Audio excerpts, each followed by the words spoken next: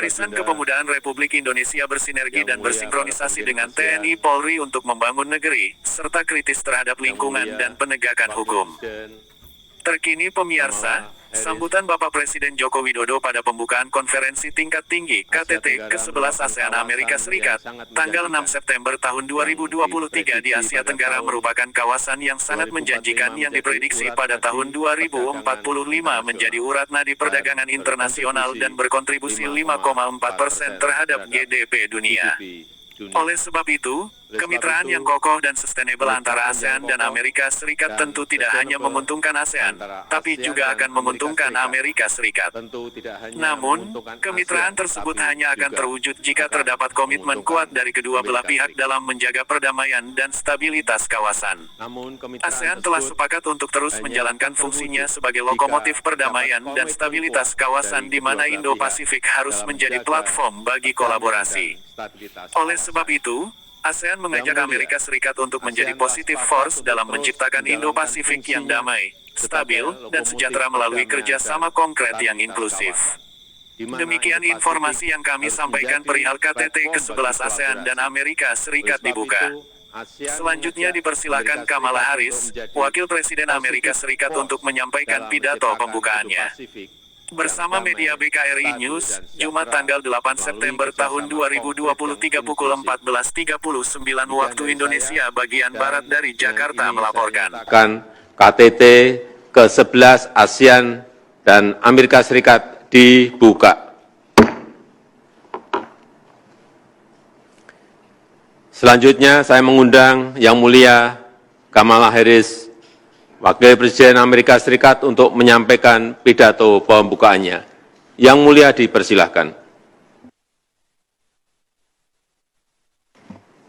Thank you, Mr. President, and congratulations on a successful year as the chair of ASEAN. It is my honor to be here in Indonesia and to be back in Southeast Asia. This is my third trip to Southeast Asia since taking office as Vice President of the United States, and my fourth to the Indo-Pacific.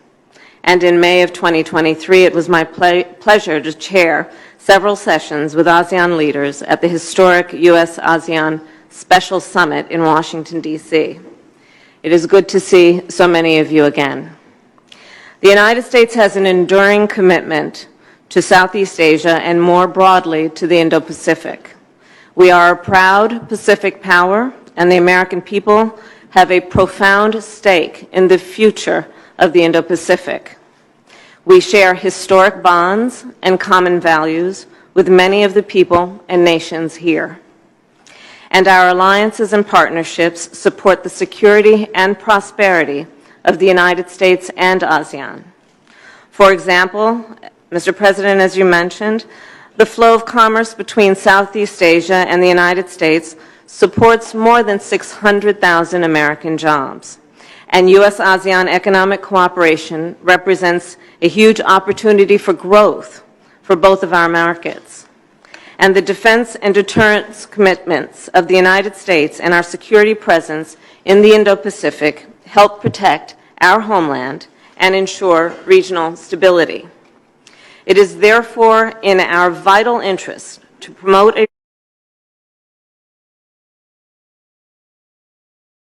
and resilient.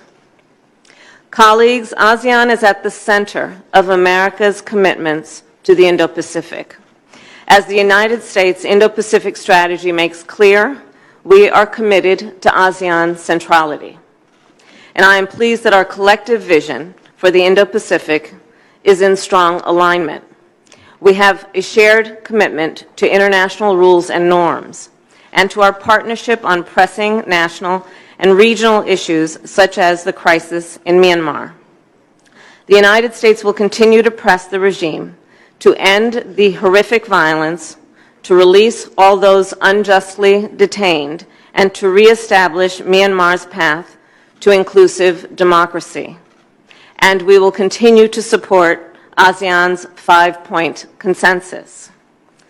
More broadly, in a demonstration of the enduring and important relationship between the United States and Southeast Asia, since President Biden and I took office, we have expanded U.S.-ASEAN ties.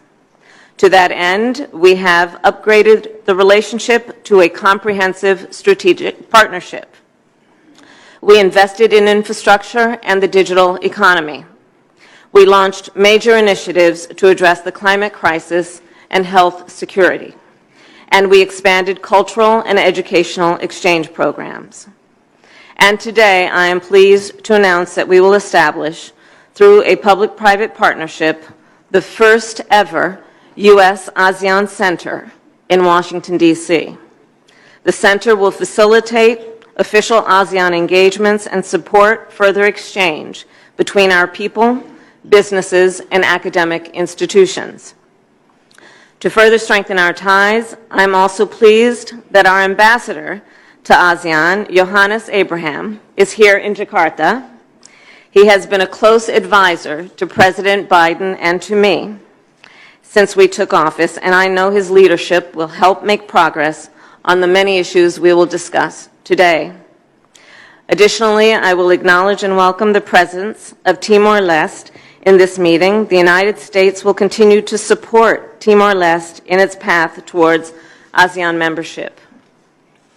In conclusion, I believe as leaders we must address global challenges of today while also investing in a long-term vision.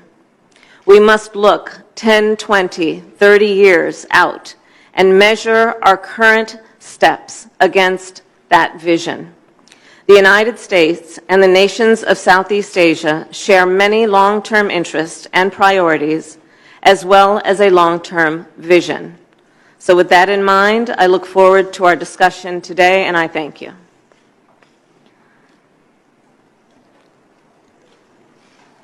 Terima kasih Yang Mulia. Selanjutnya, sebelum kita mulai sesi pleno yang akan dilakukan secara tertutup, dengan hormat saya mohon awak media untuk meninggalkan ruangan pertemuan. Terima kasih.